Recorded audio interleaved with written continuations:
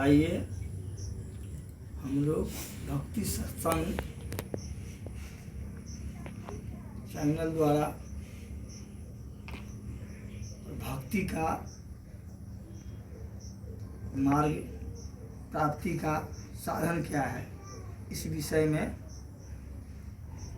चर्चा करेंगे। और अगर आप लोगों को पसंद आए तो सब्सक्राइब करेंगे, पसंद आए तो लाइक भी करेंगे। आइए, तुलसीदास जी कहते हैं, क्या कहते हैं? बिन सत्संग विवेक न होई, राम कृपा बिनु सुलभ न सोई। कहते हैं बिन सत्संग विवेक नहीं होई, राम कृपा बिनु सुलभ न सोई। बिना सत्संग के या विवेक जागृत नहीं हो पाएगा। बिना विवेक जागृत होने से अगर नहीं हो पाया तो हम सही मार्ग को नहीं पकड़ पाएंगे। और सही मार्ग क्या है? सही मार्ग जब तक हम परमात्मा का भक्ति नहीं करेंगे तब तक इस भवसागर संसार से पार पाना बड़ा कठिन हो जाता है, हो जाएगा। यह संसार बहुत भारी कठिन है, बड़े विचित्र समुद्र की तरह, इससे पार पाना कठिन हो जाता है। हाँ, पार पाने के लिए जब तक हम भक्ति मार्ग को नहीं अपनाएंगे तब तक पा नहीं सकते हैं। तुलसीदास जी कहते हैं, क्या कहते हैं? बारी मथे घृत होई बरु, सिकताते बरु तेल, बिनु हरि भजन न भव तरिए, यह सिद्धांत यपेल। तुलसी बाबा जी कहते हैं, ये बारी मथे घृत होऊं बरु, जल के मथने से घी नहीं निकल सकता है।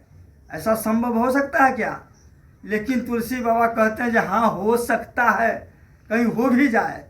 बारी मथे घृत होऊं बरु, सिकताते बहु तेल।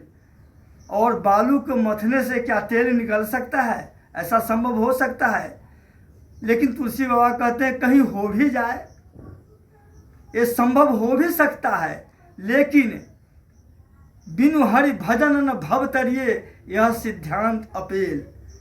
लेकिन बिना परमात्मा का, बिना हरि का भजन के बिना हम भवसागर से पार नहीं कर पाएंगे। ये भवसागर बहुत बड़ा दुस्तर है, इससे पार पाना कठिन है। इसको पाने के लिए हरि भक्ति आवश्यक है, क्योंकि हम संसार में पच पच करके मर रहे हैं। झूठा विषय भोग में लगे हुए अपने आप को गंवा लेते हैं। जो स्वप्नवत है, ये जितने भी चीज़ देख रहे हैं स्वप्नवत है। जैसे स्वप्न में लोग देखता है आज बड़ा महल बन गया, हम राजगद्दी पर बैठे हुए हैं, कहीं का राजा बन गए, लेकिन जब स्वप्न टूटता है तो कुछ भी नहीं मिलता है। इसी तरह यह संसार जो है, ये समुद्र की तरह बहुत विस्तार है। और भगवान श्री कृष्ण गीता में अर्जुन से कहते भी हैं, क्या कहते हैं? देवी हो खांग गुणमया ममया दुरतया, माम एव प्रपद्यन्ते माया में तांग तरन्ति ते। भगवान कहते हैं कि हमारी देवी मई माया जो है बड़ी दुस्तर है, उसको पार पाना बहुत कठिन है, पार पाना बहुत असंभव है। लेकिन हाँ, पाया जा सकता है। कैसे? माम एप प्रपद्यन्ते माया मेतांग तरन्ति ते। जो मेरे शरण में आ गया, मुझको अपना लिया और हमारे नाम को हरि कीर्तन करते हुए, हमारे नाम को जपते हुए, भजन करते हुए जो लगा हुआ, हम में लगा हुआ है, मेरे शरण में लगा हुआ है, वह बेड़ा पार कर सकता है। माम ए प्रपद्यन्ते माया मेतांग तरन्ति ते। उस मेरी देवी मई माया से तैर करके पार कर जाएगा। माया मेतांग तरन्ति ते, वह तैर जाता है। नहीं तो इसी तरह संसार में हम लोग भटकते हुए अपने जीवन को गंवाते चले जाएंगे। यह जितने भी हम चीज़ को अपनाने का कोशिश किया, कोई भी चीज़ जो है वो रहने वाला नहीं है। और जितने भी नाता है वह स्वार्थ बस है। यह स्वार्थ का ही नाता तो है।